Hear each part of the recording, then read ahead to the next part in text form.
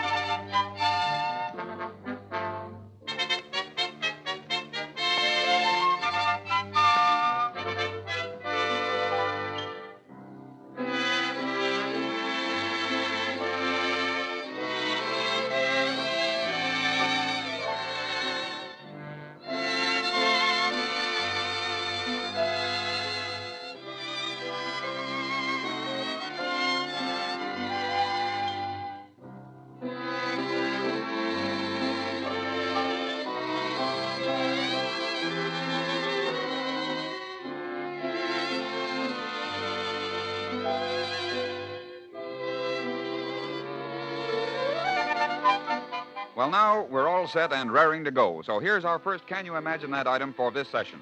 You know, I think we should put aside a special department and call it the It Couldn't Happen pigeonhole. Here's an interesting and amazing story I dug up. It seems that Hermann Sudermann, the noted German playwright and novelist, in his early days as a writer had to work pretty hard to make both ends meet. One day he sold a novel to a newspaper, but the editor insisted that Sudermann write the whole thing at once, not just a chapter or two at a time. So Hermann Sudermann went to his home and laboriously completed the entire book, page after page of closely handwritten manuscript. Then he started to Berlin to deliver the story, but he had to stop at Insterburg, a town in East Prussia, to change trains. And there... This is where I change trains for Berlin, is it not? Yeah, jawohl. But your train will not be here for a little while. Oh, all right. Thank you. Hermann! What? Hermann Sudermann! Why, Fritz Boehner. Fritz! How are you? It has been a long time since we last seen each other, nicht wahr? Fritz, what are you doing here at Insterburg? Visiting the town. And you know what? Here with me are Heinrich Müller, Schanz, and all the rest of the old friends. That is fine, fine.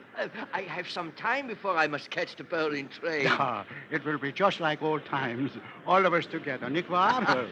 Yeah, but Fritz, I must be sure to catch the Berlin train, because I have right here in my pocket a manuscript that will mean bread and butter.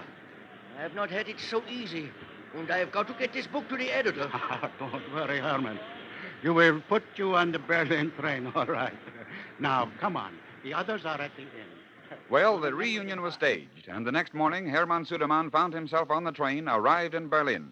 Perhaps the celebration of the night before had clouded Herr Sudermann's brain somewhat. At any rate, he stepped off the train.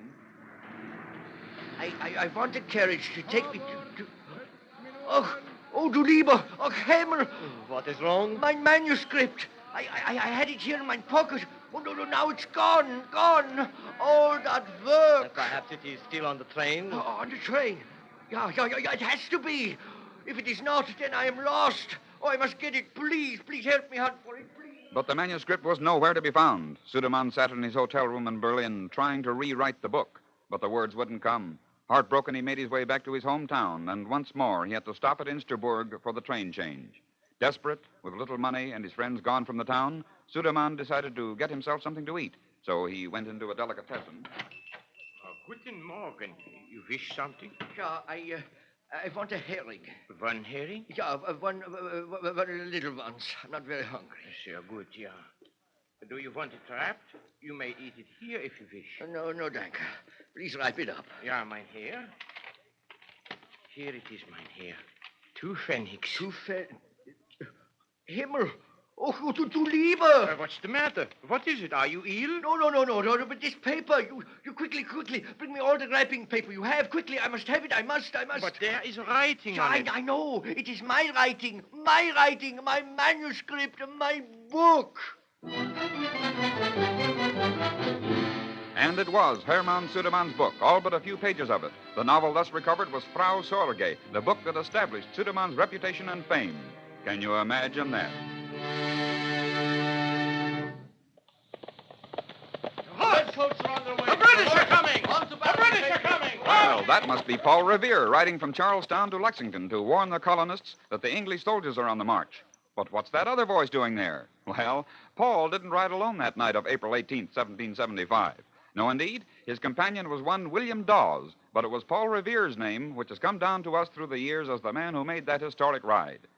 By the way, that patriot's name was not originally Revere. No, Paul was the third son of Apollos Rivoire, who migrated to Boston from Germany, and upon reaching America changed the family name to Revere. Can you imagine that?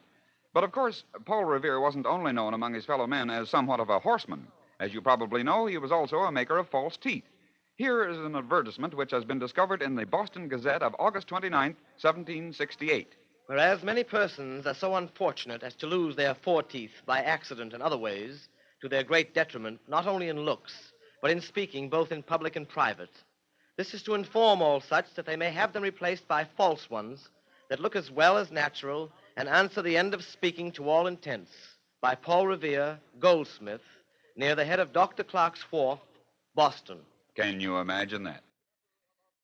Did you know that the first American ever to fight for the world's heavyweight boxing championship was a Negro? That's right. His name was Tom Molineaux. He had been a slave on a plantation in the state of Virginia, and when his master heard that Tom had given a terrific whipping to a Negro bully on a neighboring plantation, he promptly gave Tom his freedom and suggested that he follow the pugilistic profession. Gratefully, Tom Molineaux embraced the idea, also accepting his former master's offer of transportation to England, then the recognized center of the boxing sport and the home of the world's heavyweight champion, Tom Cribb. When Molineaux arrived in England in the year 1810, he negotiated 8 fights, won them all, received less than $350 for all of them, and became a definite contender for the championship. He finally met Cribb at Copthall Common on December 10th, 1810. Before a crowd of 20,000, Molineaux mauled Cribb all over the ring for 30 rounds. Yes, I said 30 rounds. They took their boxing seriously in those days. Well, let's imagine that we're listening to a radio broadcast of the Molineaux-Cribb battle as the announcer at the ringside says... Well, ladies and gentlemen, Tom Cribb is in pretty bad shape. The seconds are working over him hard right now. Yes, sir, he doesn't look much like a champion. Well, on the other hand, the American is still going top hole. Here's the bell announcing the start of the 31st round. And the lads come out of their corners. Molineaux is making a dash for Cribb. Hits him with a hard right smash and drops him. The referee motions the American to a neutral corner. He's counting. 1, 2. Wait a minute. What happened then? Why, would you believe it, ladies and gentlemen?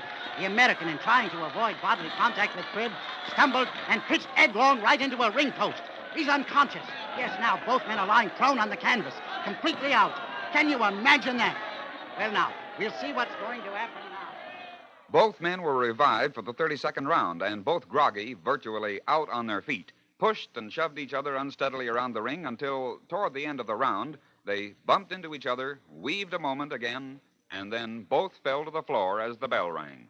Somewhat revived once more, they were shoved by their seconds into the ring for the start of the 33rd round.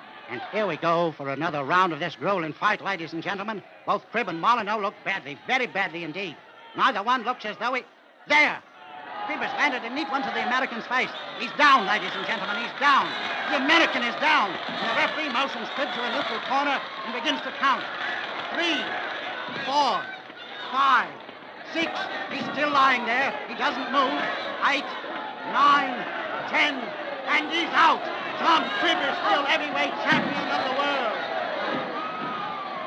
After the fight, it was discovered that when the American Negro dove into the ring post in the 31st round, he had fractured his skull. But that didn't change the decision, and Tom Cribb retained his title.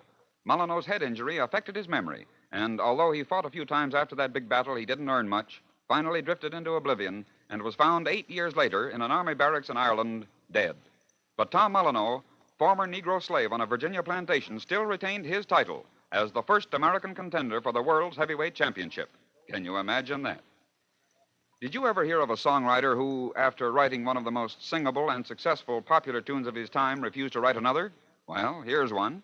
His name was Michael Nolan, a singer in the music halls of London several generations past. He penned a ditty, later singing it and popularizing it among English audiences. Soon, American music publishers, hearing of the immense popularity of this new foreign hit, brought it to the United States, and it was introduced at the Old London Theater in New York by Annie Hart, known professionally as the Bowery Girl.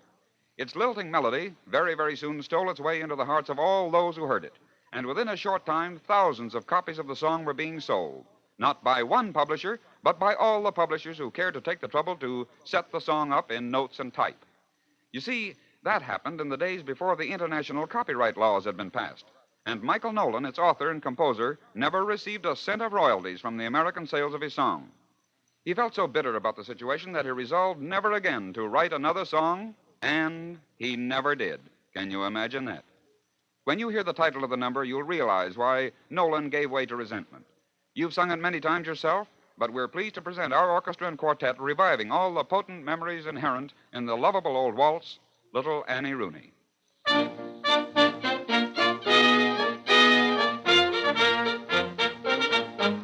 She's my sweetheart, I'm her beau. She's my Annie, I'm her Joe. Soon we'll marry, never to part. Little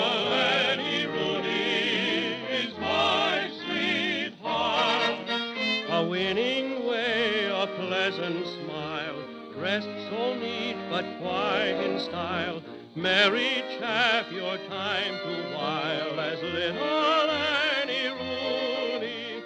Every evening, rain or shine, I make a call 'twixt 8 or 9 on her who shortly will be mine. Little Annie Rooney, she's my sweetheart, I'm her beau. She's my Annie, I'm her Joe. Soon we'll marry, never to part. Little Annie Rooney is my sweetheart. Well, I guess we've about run out of time on this session of Can You Imagine That? But we're all hoping you'll be listening again when we appear next time on this same station. Until that time, this is Lindsay McCarry saying goodbye now.